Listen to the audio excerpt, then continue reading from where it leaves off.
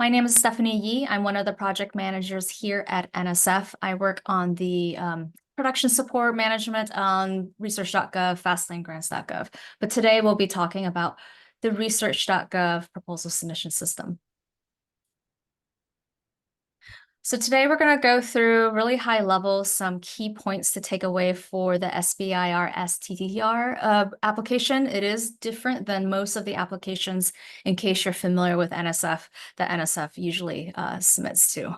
I'll go over some key milestones. So a lot of you are new to NSF. Maybe this is the very first time you're applying, just to give you some realistic expectations on how long certain things take and to make sure you're meeting and taking a look at those milestones. I'll go over some senior key personnel documents. So these are documents that is part of your application that has a little bit more of a level complexity to get those taken care of. So I'm going to go over that and what other systems you need to interact with to get those documents. So again, that's just one piece of your application that is a little more complex. And then I'll go over particular sections on some SBIR, STTR specific requirements. I'm hoping most of my time will be in the demo as I go over these key events, and also this recording and this presentation will be posted so you can refer to it later.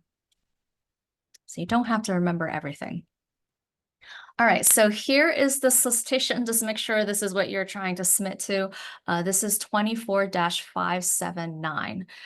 The next deadline is September 18th, and that is 5 p.m. local organization time. So it is the time zone that your organization is registered. And it is the address that sam.gov has on file for your organization. It is going to be that time zone. I will show you how to check that to make sure that is not something that trips you up during the deadline date. It is not based on where you are physically located. Here, there's two important links just to make sure that you're aware of. The PAPG, so this is the NSF Proposal and Award Policies and Procedures Guide. It's a mouthful, but this is where all the rules are in terms of the proposal and what everyone needs to follow. And then, of course, it is required to have a project pitch. So in order to submit a full proposal to NSF through Research.gov, you must have already submitted a pitch and invitation. All right, time zones. I mentioned time zone. Again, it is your organization's address, your organization's time zone. It is not where the PI or whoever is at the computer's physical location. So just be mindful if you are working remotely, maybe you are in vacationing someplace else, that time zone is not going to apply. I will show you through the system before you even start how to make sure everything is correct. And I will show you that in the demo. All right, before you even log into the system or even begin your proposal, there are some key things that needs to be in place before you can submit your proposal. Your organization must be registered at NSF. Before a new organization can even begin the registration process at NSF, it must have already been registered in the sam.gov system. And in the sam.gov system, you need basically, to me, two distinct pieces of information or things need to have happened. You need to have a UEI number, so that is an active UEI number. But in addition to that, you need to be fully registered in sam.gov. So those to me are two different steps. You can have a UEI number, but not be fully registered. Or you have a UEI and you're fully registered. You need to have both of those two pieces before you even can submit your proposal to NSF. So sam.gov is another federal agency. It's not NSF, so it's, we don't have control over there, that agency. So they do have a lead time of around 5 weeks in order to get all of this completed, to get the UEI number, to get the sam.gov registration. So here we have a suggested timeline of when you should be starting these things. So at least 5 weeks in advance, that would be this week, actually. You should be already in this process or close to completion. So you need to be going to sam.gov to make sure you are set on that. Our system will prevent anyone from even submitting a proposal if these two pieces are not there. We suggest 3 weeks out before the deadline that you need to make sure that the registrations are active. And also, once it is active in SAM.gov, somebody from your organization needs to go to NSF Research.gov to register your organization, so we know who you are.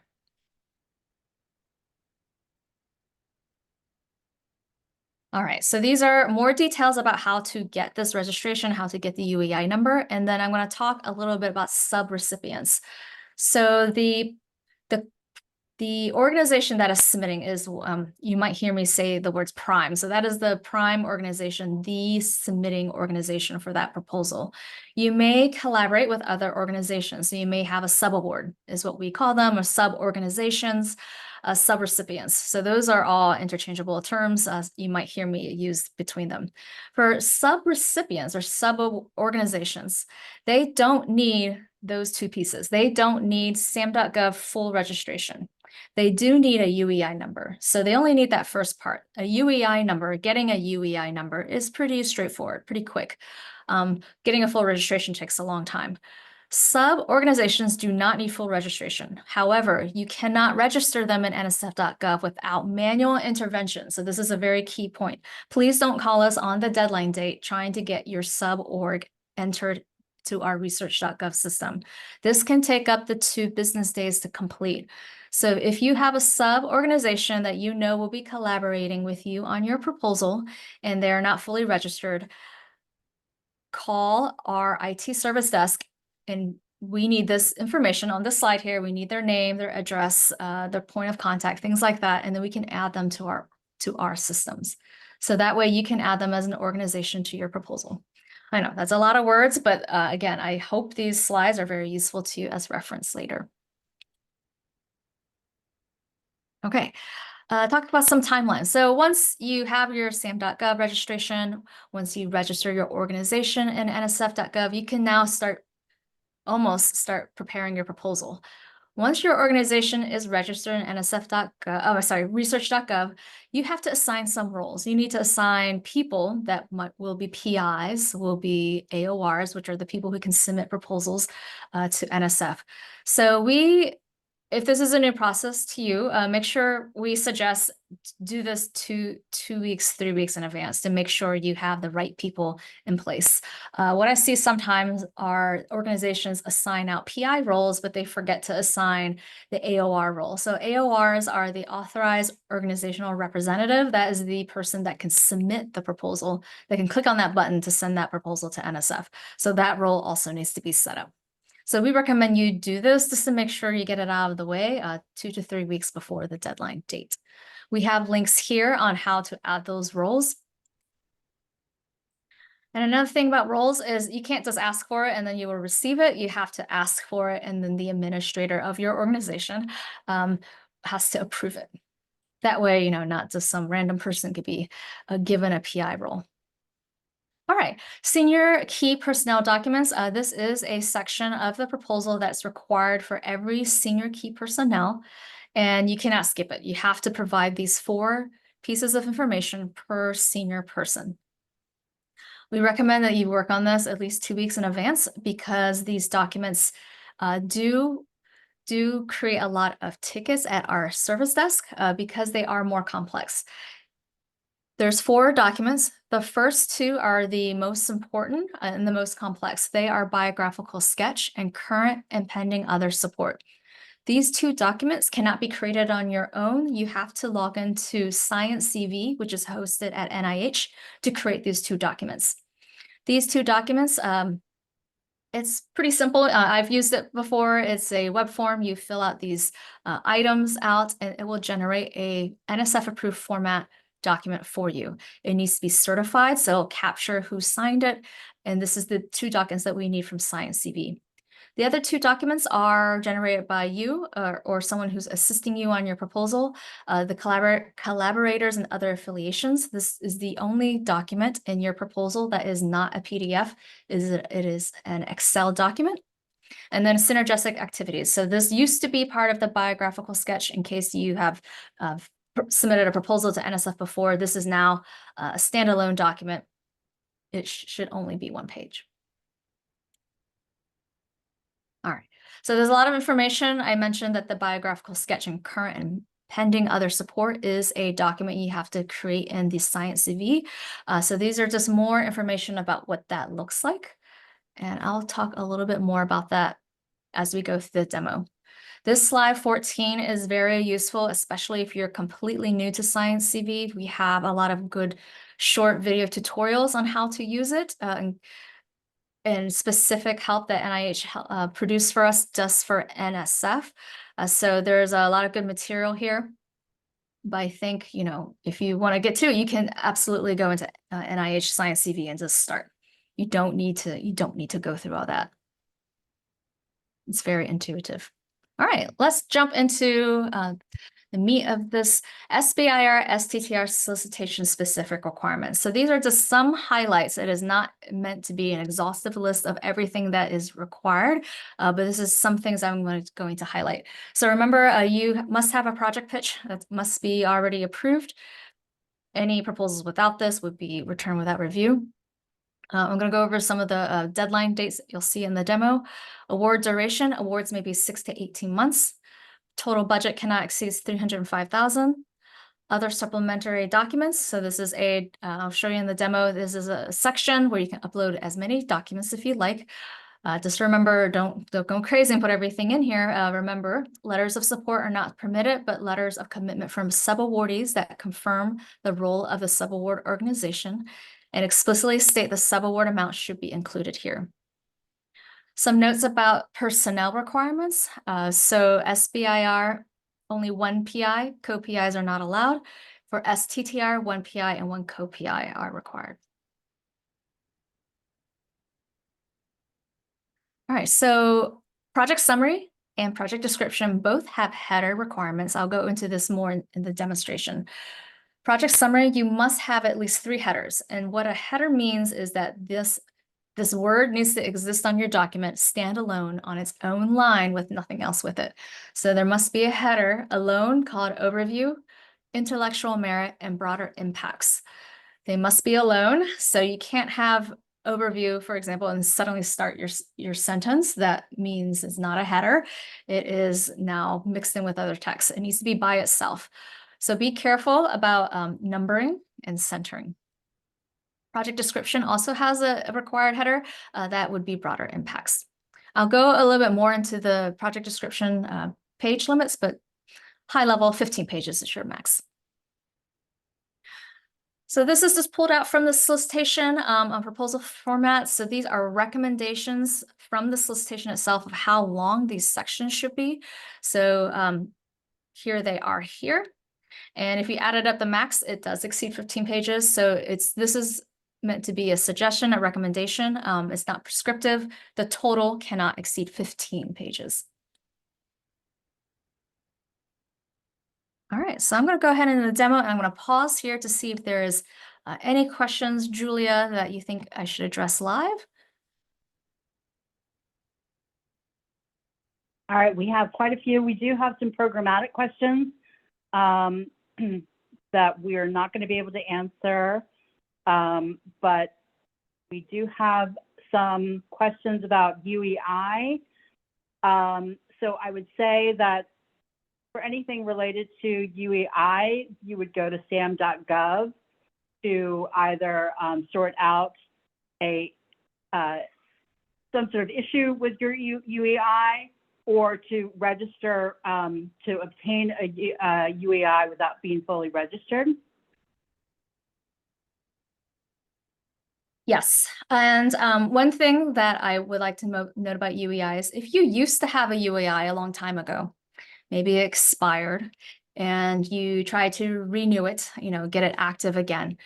Sometimes SAM.gov will issue you a different UEI number, not always. So if you are in this boat that you used to have one number and now it's a new number, but it's the same company, don't register that organization again in Research.gov. It causes a duplicate record. So just call our NSF IT service desk and we can help you. So I think that is a scenario I did. Thank you for reminding me of something that does come up a lot for SBIR, STTR.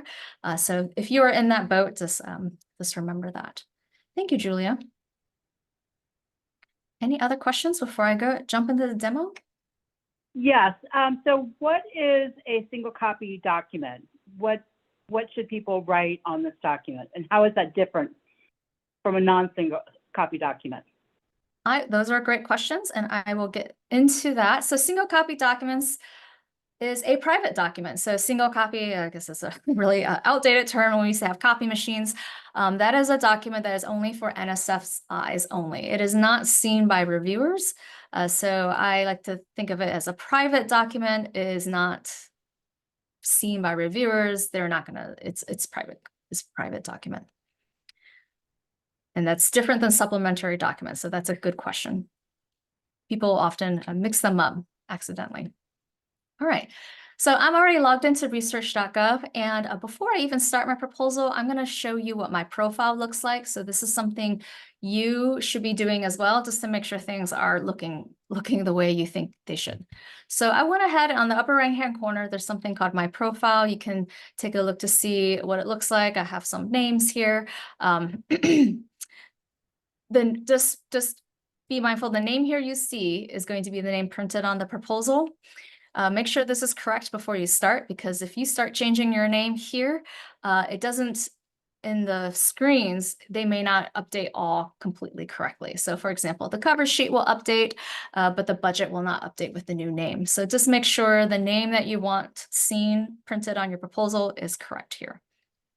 All right, so I just clicked on my profile. Everything looks good here. On the left-hand side, you're going to see organizations and roles. This is where you want to say, view my roles to make sure things are what they seem.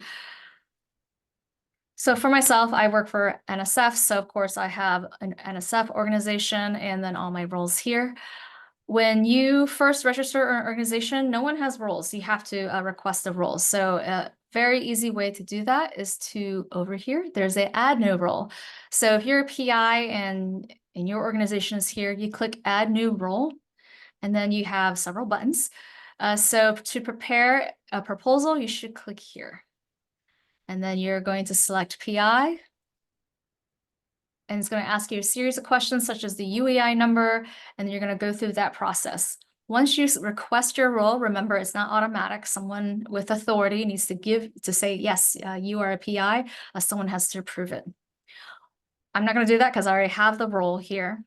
But let's say I submitted it and someone approved it. It could take up to 30 minutes for that role to show and apply through the system.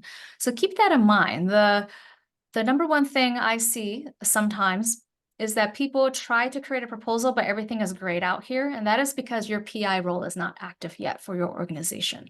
So just make sure from the previous slides, get this done way in advance, just so you know all this doesn't have any problems, because it can take some time to make sure account issues are not stopping you from preparing a proposal. All right. We'll go ahead and jump into creating a proposal real quick. So this list is going to show you everything in NSF that you can apply to, but you can just type in the number, and then this will start filtering out to the proposal that we're looking for. It's a wizard, so there's 4 steps. I'm at step 2. So step 2, we're only going to ask you what program you want to apply to. So SBIR, STTR. Go ahead and select STTR. And here on the screen, there's only one choice. You select the STTR, so that's the only thing you can choose. And then you have your title here. You can't change the title. This is on purpose. And then you have to answer the question, yes or no, whether or not your organization is a sole proprietorship. Okay, I'm going to go ahead and say yes. So once my proposal is submitted, I'm going to make this screen a little smaller so you can kind of see what this layout is. Everything you mentioned or everything you answered in the wizard, step 1 through 4, is going to show up at the top. So this is your title, the funding opportunity, the type of proposal. The only thing you can change at this point is the title. So if you accidentally select the STTR, you wanted SBIR, you would have to create a new proposal from scratch, because there's not a way to change it once you get to this page. First thing you should do is select your due date. It's For some reason, it's easy for people to forget to select a due date, but it will stop you before you submit a proposal if you don't do this. So if you click here, a drop down is going to show, and you're going to see all the upcoming due dates for this solicitation. So go ahead and select one. On the left-hand side is proposal actions. This is how you're going to move your proposal to places. So this is how you move it to your AOR staff or the person who's going to submit your proposal. This is where you check your errors and warnings. This is where you will add your people or your organizations, your subs, and printing and deleting your proposal. So these are your buttons, your actions here. On the center side is the proposal sections. And so it's broken up into two sections. Required is at the top and optional is at the bottom. As you start filling out these sections, so I'm going to go ahead and cover sheet's pretty easy. So pretty non-controversial. I'm going to randomly select date, put in a month. If you have any of these checkboxes, of course, check them. Oh, one thing to mention, if you are someone that has some of the, let's say your historic places or live vertebrate animals, you might receive more questions to answer depending on what you check. Human subjects is the same. You have to select, do you have has human subject research has been approved or not? So just know that these checkboxes are dynamic. So I went ahead and saved the cover sheet. And as you can see, my last update timestamp will populate of the time and date of who updated that. What you're looking for visually, or if you're an administrator or someone helping with the proposals, to make sure everything is filled out and everything has a green check mark. All right. I'm going to go into, I'm going to pause here. Julia, is there a question before I move into personnel and sub-award organizations? So I just wanted to make that clear. There was a question about the suggested page length in the linked presentation are not there, but we'll update the presentation that is linked to include that information. Okay. But, since you asked, I'll go ahead and go to project description. This is a good opportunity to talk about this. Project description is the largest piece of your proposal. It's one of the sections that we get the most calls about at our service desk. So there is a lot of things being checked here. So I just want to make sure that is all covered. What we are checking at a baseline is for page length. So hands down, the file cannot exceed 15 pages. So please refer your solicitations within this document. This system is not checking, how long your introduction is, or for example. So the system is not looking inside for content except for headers. So just keep that in mind. So baseline cannot exceed 15 pages. The other thing we are checking that's a hard stop are URLs. And when I say hard stop, that means you can't even upload a file if it has something that we detect is not correct. So I'm going to go ahead and upload, let's see. I'm going to upload something that's like super large. So we will warn you, we will tell you if something is problematic with it. The other thing we will stop are hyperlinks. So this is something that does stall some people unexpectedly at the deadline date. And so don't be this person. A lot of times documents have URLs that you probably were not expecting. So this happens a lot if people are copying images, maybe from another document, another publication. There's sometimes hidden images or hidden URLs in the image itself. So that's one thing I see a lot. Second thing I see a lot are citations. So if you are using a third-party citation software, tools to help build your citations within your project description, sometimes they will insert clickable links in that document that will be prohibited. So you would be stopped and you would have to remove those manually. Other things are if you reference a site. So even if the link or the text is not even clickable, if it has or contains text such as HTTP or www, that will be flagged for having a URL. So as you can imagine, you might be developing a document where, you don't have clickable links, but maybe you have some of these sneaky things in there that will trigger our checks. So I just recommend everyone, no matter what solicitation you are applying for, to, even if the document is not ready, to consistently and frequently check the document to make sure it's passing these checks. You don't want to be doing formatting gymnastics on the very last day and trying to get these resolved. It's too much stress. There's other things that we're checking, but we're not stopping you. So I'm going to go ahead and show you what a file upload of a warning might look like. So I'm going to upload a document that's been using an Arial 10. So now you see I have successfully uploaded my document, but I get a warning. For line spacing, there should be no more than 6 lines per inch on the document. So I'm going to talk a little bit about line spacing and whether or not you should be alarmed by it or not. If you are using Arial 10, you will always get this warning. It is not a false warning. It is true. It is a slightly, not quite 6 lines per inch. But Arial 10, by the nature of that font, whenever you have headers and then paragraphs underneath that header, Microsoft Word, for example, will automatically align the line spacing to be slightly less than what we are expecting, and you will get this warning. You can resolve it, but it takes time. So we have a lot of useful FAQs, or our service desk has very useful and step-by-step guides on how to force the line spacing in your document. As you can imagine, that is not something you probably want to do on the day of the deadline. So that is something to be aware of if you choose to use Arial 10. There are a lot more other font types you can use that don't have this problem. So I highly recommend people click on the PAPG link, and it will describe to you some of the fonts requirements that is necessary for our proposals. I'm going to pause there. I talked a lot about URLs, line spacing, and warnings. It will not stop submission, so I'm just going to lay that out there. If you're 4:50 p.m. and you're ready to submit, and this is the only thing stopping you, I would say do your due diligence in checking. It will not stop submission. I'll pause there. Julie, any questions you want me to address? Yes, questions about headers. Can headers be bolded? Are there specific formatting requirements for how they input them? So for headers, there's nothing in the PAPG that mentions about bolding. You can bold. The system is not checking for that. That's not going to cause any issues in your document. So for headers, it sounds as it sounds. It has to be by itself. So be careful if you're someone that loves Roman numerals. So those sometimes they can be long, right? The number 8 is 3 characters, and then if you put a period, and if you're centering it, that will exceed the checks. We will think that has extra text on it. So just be mindful of that.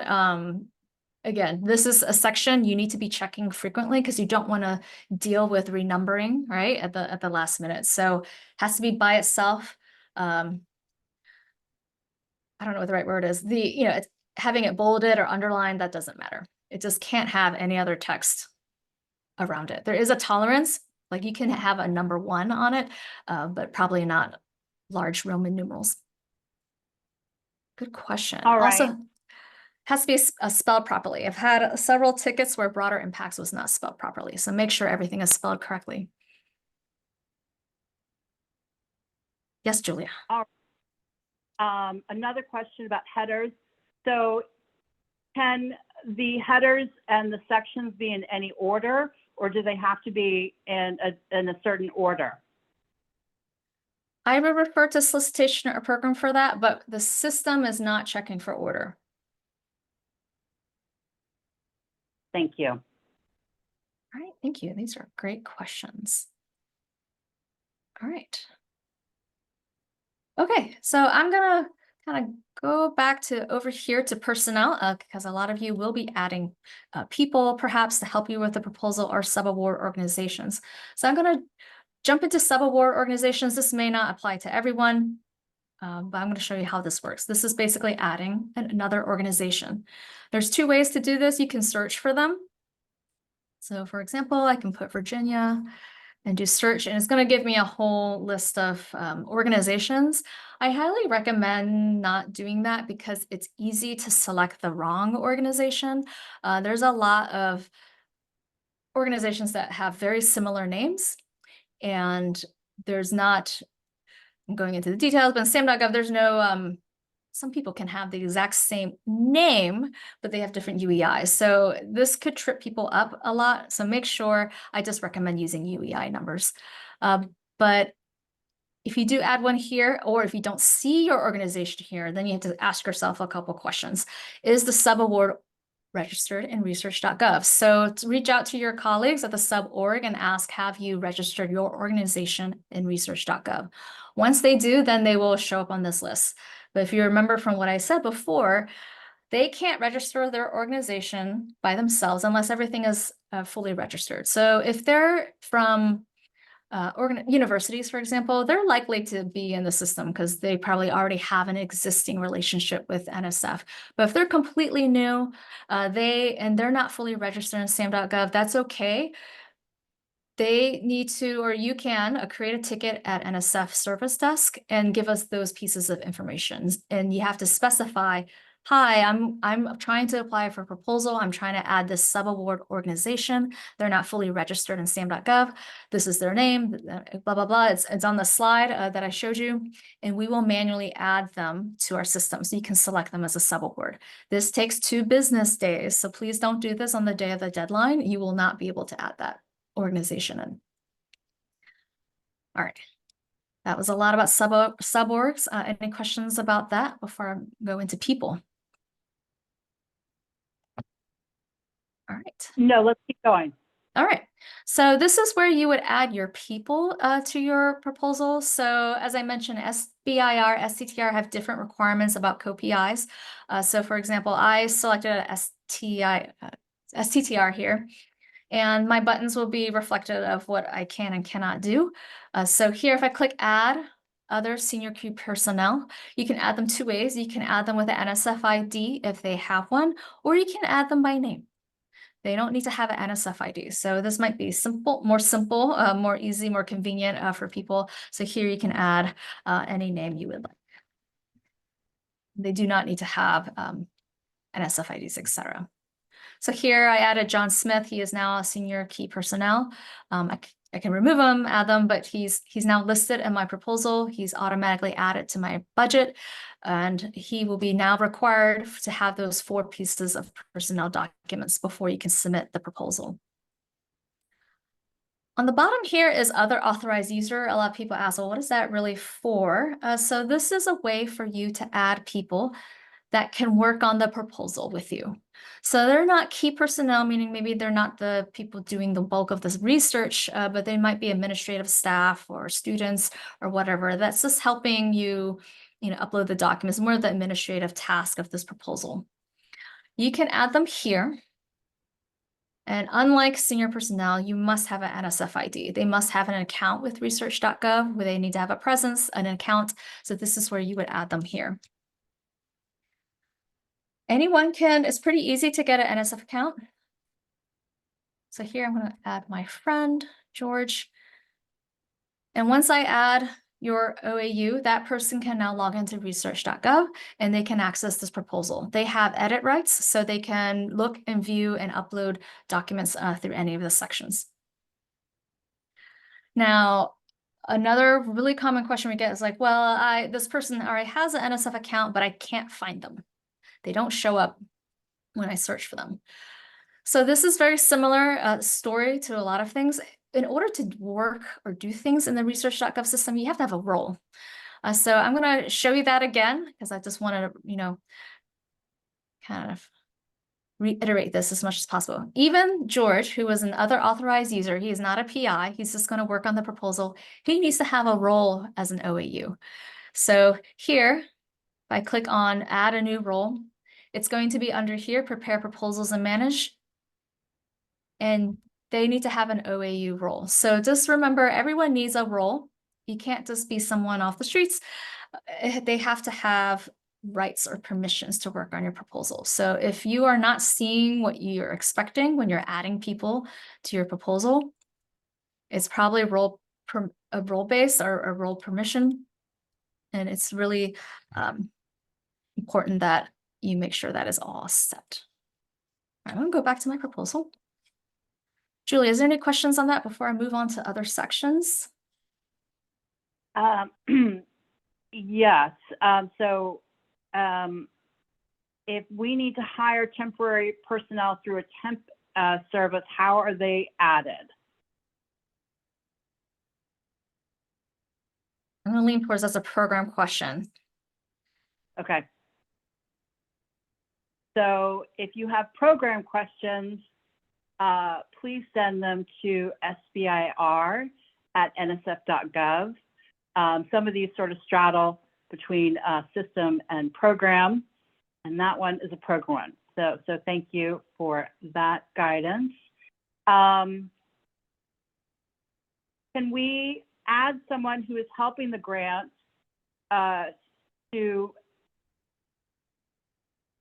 can we add someone who is helping the grant, helping to support the grant as authorized people? As authorized people over here? Yes, I think to prepare the proposal, Yes. Can you add them? I think yes, but I just want to reiterate, I guess, maybe the process that might answer that question. So you can add anyone here that works for your organization. So that person needs an NSF ID, and they need to ask in the system. I'll show you again how to ask for that. So pretend I'm now Jane Smith, and I'm completely new, but I work for the organization and I want to help work on the proposal. I would go log in, click on my profile, and add a new role. I'm going to click on add authorized user role and say I want to be an OAU for this organization. Once I submit that, it's not automatic. Someone at the organization who has authority needs to say, I know who you are, and I'm going to give you access to this organization as an other authorized user. So you have to request that role if you are someone that wants to work on the proposal and you are a member of that organization. This is how you would do it. They need an NSF ID. They need to have an OAU role. And the third step is the PI or someone who has access to that proposal needs to add that OAU to the proposal.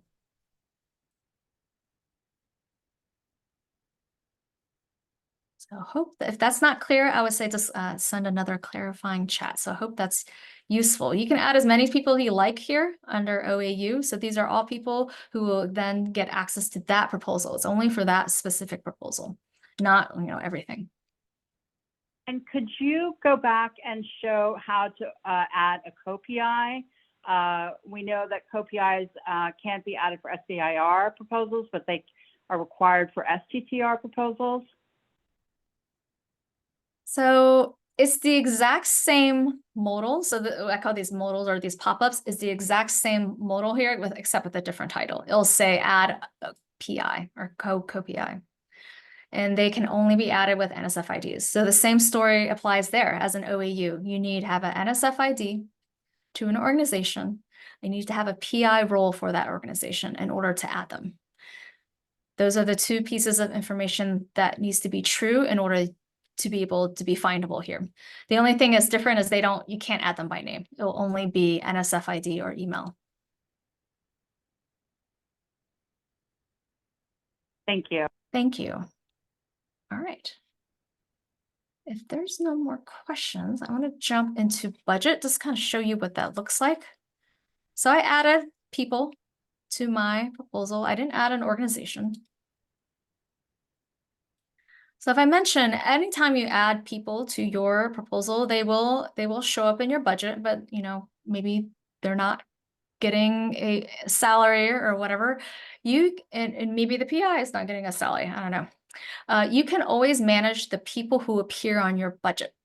So it's very easy to do that. So I'm gonna go ahead and hide the screen so the screen gets a little wider.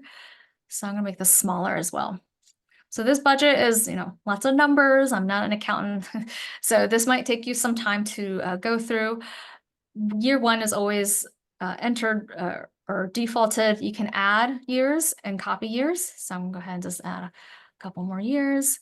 But what's nice is if you filled out your year one and it's very similar to other years, you can just copy. You can start copying your years, and it can copy all that data for you.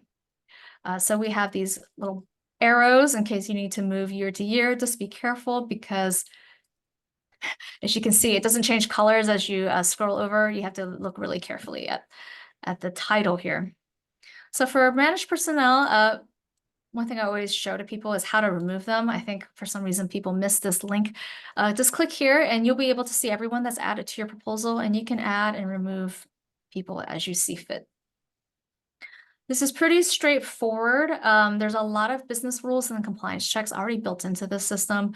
It's not just a form field, but we will, add numbers for you. We'll make sure you're not entering something that's not supposed to be entered. We'll make sure that you're entering real numbers. And also, if you're adding certain things, it might trigger some compliance checks down the line. So just keep that in mind. You can collapse and expand all rows if you need to, just to see high-level numbers. So one thing I do want to point out is that please save your budget pretty frequently. Oh boy. And of course, I'll go ahead and cancel out of this since I added too many years. All right, so that's your budget. Number one question I get is, can I work on the budget offline without using the system? It was something that we had in our previous proposal submission system. The answer is no. We want you to use this form because there's a lot of checks in it. That's the benefit of using the web form for you. It just makes things easier than having someone work a really long time on a budget, upload it, and there's all these problems. So we want people to work on the budget on the forms. I want to pause there to see if there's any questions related to the budget that you want me to address. I'm not seeing any. There are a lot of questions, though, that I'm going through. So I will keep going and we'll come back to it if I see anything with the budget. Thank you. All right, let's jump into senior key personnel. All right, so let me go ahead and collapse all. This is a section of the proposal that can take a long time to fill out just because depending on how many people you have, you're going to have to produce these documents. I went ahead and collapsed all, and here I can see all the people that I have that I need to provide documents for. If you expand all, you'll see very easily which document types need still to be uploaded per person and whether or not they have errors. So I mentioned before, 2 of these documents need to be created in the Science CV system. So those are the biographical sketch and the current and pending other support. I'll just go ahead and click in there just real quick. So here we do have links that will take you directly to Science CV. So if I click on this, it should take me to Science CV. And it will actually use your NSF credentials to log you into that system. If you ever are in a situation where you try to log into Science CV and it's not working, maybe it's having trouble with your NSF ID, there are multiple ways to log into Science CV, and you don't have to use NSF's credentials. You can use your Google account, or your university accounts. There's a lot of ways that you can get into that system. You don't need to use NSF ID. This is just a convenience for people jumping between systems. All right, let's see if that worked. Yep. All right, I'm gonna pause here and just see if there's any more questions on this. I'm gonna go ahead and upload a document. So I'm gonna upload a document that's not the right format. So some of you might get this error. So for those of you who may be around you, this might not be new to you, but those who are, we have NSF approved formats, and they do change sometimes every year. We change the requirements of what's being asked, or maybe the formatting, etc. So the most recent change that we've done was May 2024. So if you have ever prepared a document prior to that, that will no longer be valid. You would have to update your document to the newer version. It's very easy to do if you are already have accounts or documents in ScienceDB, when you re-download or recertify that document, it will be in the 24-1 format. So make sure that I always recommend that people work on personnel documents first, just because of these two documents, and that it needs to be touching another system. So that is something I recommend that people work on first, just because it takes a while. Synergistic activities used to be in the biographical sketch section. It has been pulled out as a standalone file. There is, I'm going to go ahead and click in that. This right here, the system is not checking for anything unique other than it cannot exceed 1 page. So it doesn't have any of the URLs or the header formats. It just cannot exceed 1 page. Any questions here?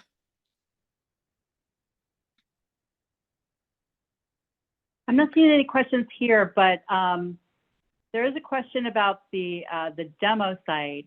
So if somebody adds information in the demo site that they're very happy with, is there a way to transfer that to a proposal in Research.gov? Unfortunately, no. The demo site is a completely different environment, different database. So it's really just meant to be a sandbox for people to, just work on sections, without creating a real proposal. It's just more for demonstration purposes, testing purposes, training purposes. So unfortunately, there's not a way for you to copy that over to a real proposal. So that's a good question. All right. There's no more. I'm going to jump into COA document, and then kind of touching back on an earlier question about what are single copy documents.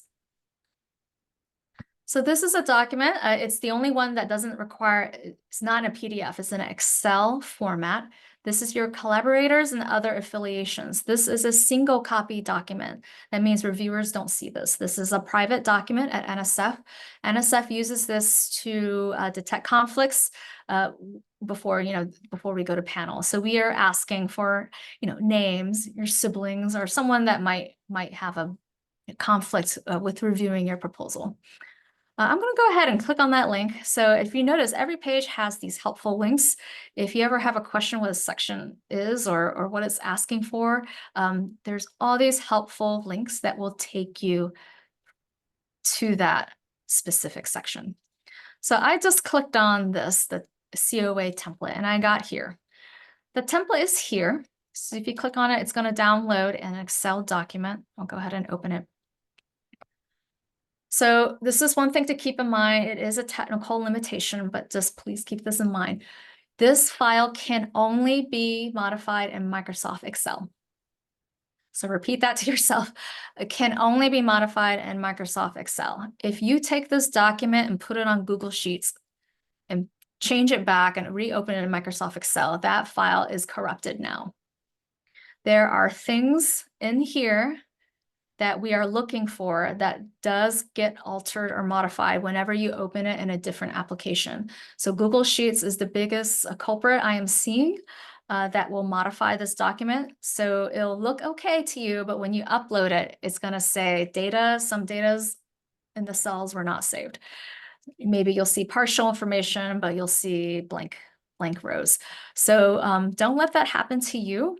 Just make sure you use Microsoft Excel. If you don't have access to that, I would say create a IT service desk ticket. And if it's enough lead time, we might be able to help you create that document. But to be honest, we get very, very few tickets about people not having Microsoft Excel. So I'm thinking people find a way to work through that. But we are aware. Google Sheets, one thing that Google Sheets does is that it takes away the 508 color compliance. So just, I know it's a small detail that a lot of people probably didn't notice when they do that. It has to be 508 compliant. So Google Sheets sometimes modifies the color just enough that it would be difficult for someone who is visually impaired to see it. All right. So I'm just opening this up. I'm not going to go over each of these tables because these tables are requirements from our legal department of what we are asking for. So I want to bring your attention of when you're filling this out, the things that I'm seeing that will cause Incredible problems for your proposal if you don't do this correctly. Please, please, please, under the last active date, put a date that is a date. We see a lot of things in here, such as words. People say currently or present. We have really clearly here, it must be a month, day, year format. Don't put the word September. Don't put, please make sure that your year is correct. I've had people mistype the year and it becomes from a 4-digit year to a 5-digit year. That will corrupt your proposal. So please be wary, double check your dates. That is the number one, I would say, problem point of this document. And you don't have to have a date. If it's current or ongoing, you can leave it blank. So I'm gonna go ahead and pause here. COA document is something that can be problematic, especially if you're cutting and pasting. You could modify the document. You cannot make this wider. You can make the cells taller, but don't make it wider. Once you make it wider, you change the format of the document. I'm gonna pause here to see if there's any questions on this document. So I'm not seeing anything about COA documents, but I have just sort of a general question. Can sub-recipients work on a proposal or only the small business proposing? And sub-award work on the proposal, yes. As long as you add, I believe you can add an other authorized user, even if the organization is at the sub-award. So yes, you can. But Thank you. they have to have an other authorized user for their sub-organization. The other authorization role, you mean? Yes, the other OAU role. Okay, great. So Thank you can, yes. So here, so I'm NSF, I can add an OAU from company B here, but that person needs to have an other authorized user for company B. Good question. All right. I know I'm talking a lot, but I'm hoping, people find this useful. All right. So for optional, these are, again, optional, but just make sure, read your solicitation, because the solicitations, I can't remember all the requirements there. If they say you need to upload something in one of these sections, the system's not going to know that. So the system is not that powerful to know everything that's in each solicitation. So if the system's not stopping you, that doesn't mean it's not required. So just make sure that things that are in the solicitation are in this document. All right. So I don't want to make the demo too long, so I'm going to go ahead and, the last thing I want to show you is how to find help. So you might need help. So just really quickly. The best place to find help is this link up here called Help. We have a lot of sections here. I click on proposal preparation and submission.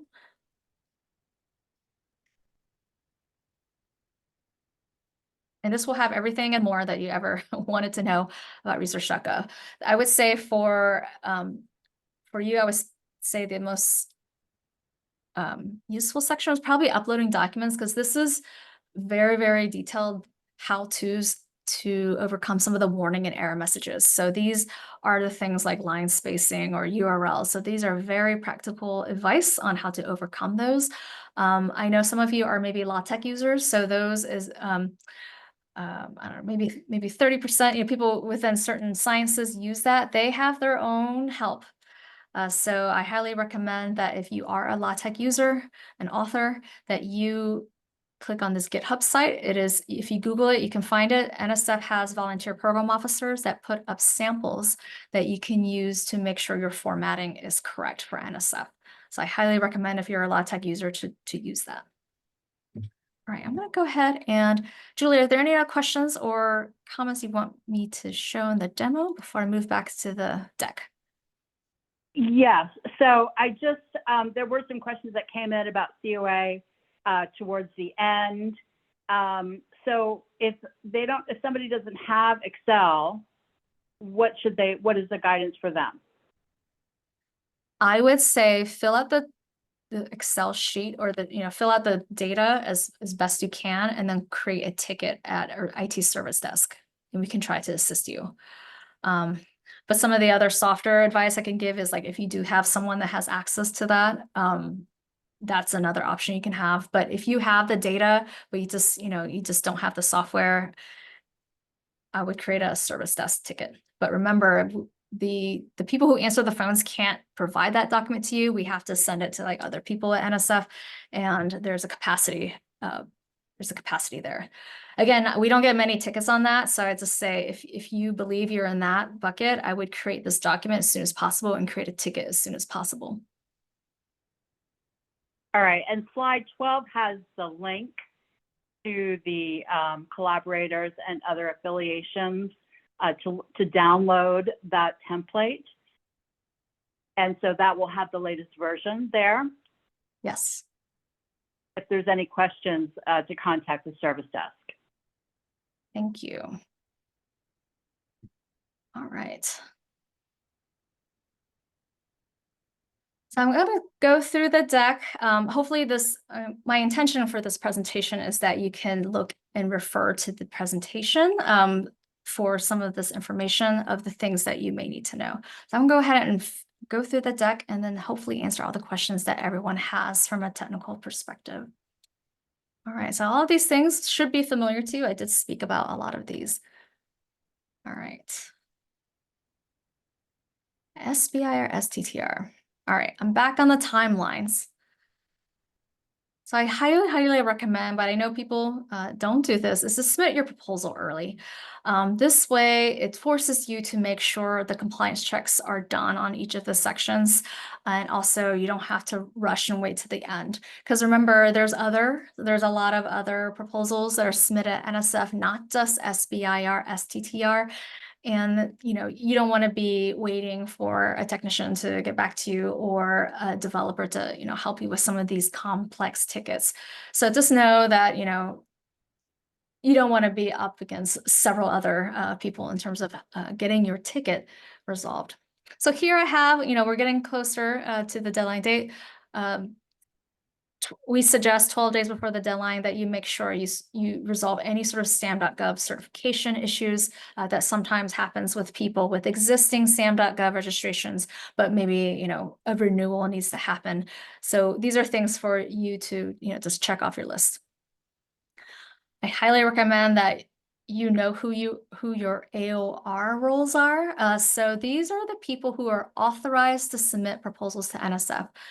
So for, many of these smaller organizations or smaller companies, the PI might also be the AOR. You might be the same. So just remember that even if you are a PI that also has an AOR role, when you click on share proposal, you still have to click another button to say initiate proposal. It's always a two-step process. That's what everyone sees at Research.gov. And so if you are someone that is a smaller organization, you are both PI and AOR, you have to do those two steps. It's not just one step. All right. And of course, 5 p.m. local submitters time. So if you're in California, that is California 5 p.m. If you're East Coast, it's East Coast 5 p.m. It is not where you physically are sitting. All right. Once you submit your proposal, when you submit your proposal at NSF, the program officers actually can't see that right away. We do have a lot of overnight processes to make sure that proposal makes it into where our program officers can see it. And this is not just for you, but for everyone that submits a proposal to NSF, I highly recommend that you look under proposals. There's a link called proposal status that will show you whether or not the proposal has a proposal ID. If it's not there, then something has happened to that proposal. So I always recommend once you submit that proposal, the next day, double check that proposal is there. Some reminders of our service desk and maintenance. So our service desk has pretty generous hours. We are open from 7 to 9, and then this is our email address. So rgov@nsf.gov. One common question I get is it easier to call or email? I would say probably email. But if something is urgent or something is strange or complex, I recommend doing both. That way you make sure you get a ticket number and you get someone assigned to your ticket. Keep track of your tickets. So if you're running into a lot of technical issues all the way up to the deadline, make sure you're documenting what you are sharing with us at the service desk. So make sure you have all that documented. And then just a reminder, some things take a couple days to turn around. So don't wait till the last minute to try to reconcile some of these things. Science CV is an NIH hosted system, so that is not us. They do have different hours. So for NIH, BioSketch and current and pending other support, these are their help desk and their hours. And of course, for program specific questions, please contact SBIR. All right, system maintenance. I'll try to go through these real quickly. Almost every weekend, NSF does maintenance on our systems. You cannot count on every weekend being, open 24/7 for you to work on your proposal. We don't usually know exactly what outage or what's going to happen on that weekend until maybe about the Wednesday or Tuesday before. So I always highly recommend that people make sure you're checking the advisories. The advisories will be showing you, what outage windows are expected. They usually are done by Saturday morning, but sometimes they do extend further than that. All right, the demonstration site. So someone asked about the demonstration site, like, can I use this to just, check on proposals? You can. This is useful for people who don't have PI roles. Maybe they're assisting you. They can use this to check some of the sections to make sure they're compliant. So I highly recommend doing that if you are a helper or an OAU user. All you need is an NSF ID. You don't even need an OAU role to use the demonstration site. Anyone with an NSF ID can use this and upload and test documents. Bookmark this slide 33. These are really quick PDFs, guys, or have lots of graphics where you can, some people like to have a quick guide on how to do certain things. This is a list for you. And this is, again, just a link to our LaTeX site. Some resources. So these are all resource links. So I just highly recommend people just kind of glance through this to see if you need to maintain this information. And then again, this is the help times and who to contact. All right, that is all I plan to cover. And I know you guys are really quiet, but I do have some SBIR, STTR program officer. Ella, did you wanted to add anything? I know I probably have missed something, and I just wanted to check in with you if you wanted to say something.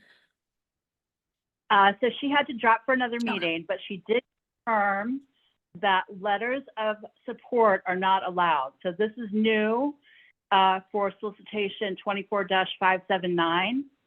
So there were some questions about that. And so she did confirm that letters of support are not allowed.